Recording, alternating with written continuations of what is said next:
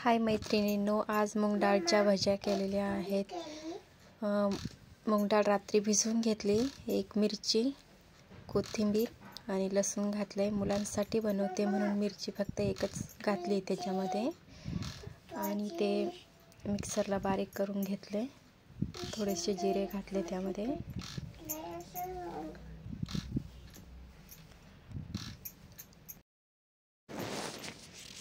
त्यानंतर मीठ घातले।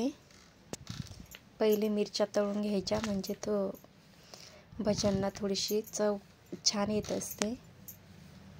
तर मिरच्या तळून घेतल्या आणि त्यानंतर मग भजे सोडलेत। खूप छान लागतात मूग डाळीचे भजे, मुले आवडीने खात असतात।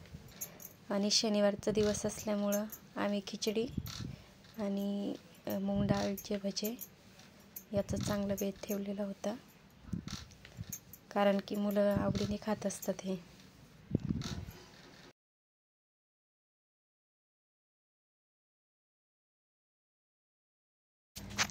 तुम्ही पण असे मूग डाळीचे भजे करून बघा, खूप छान होतात आणि खायला पण खूप छान असतात। थँक्यू, धन्यवाद व्हिडिओ बघितल्याबद्दल।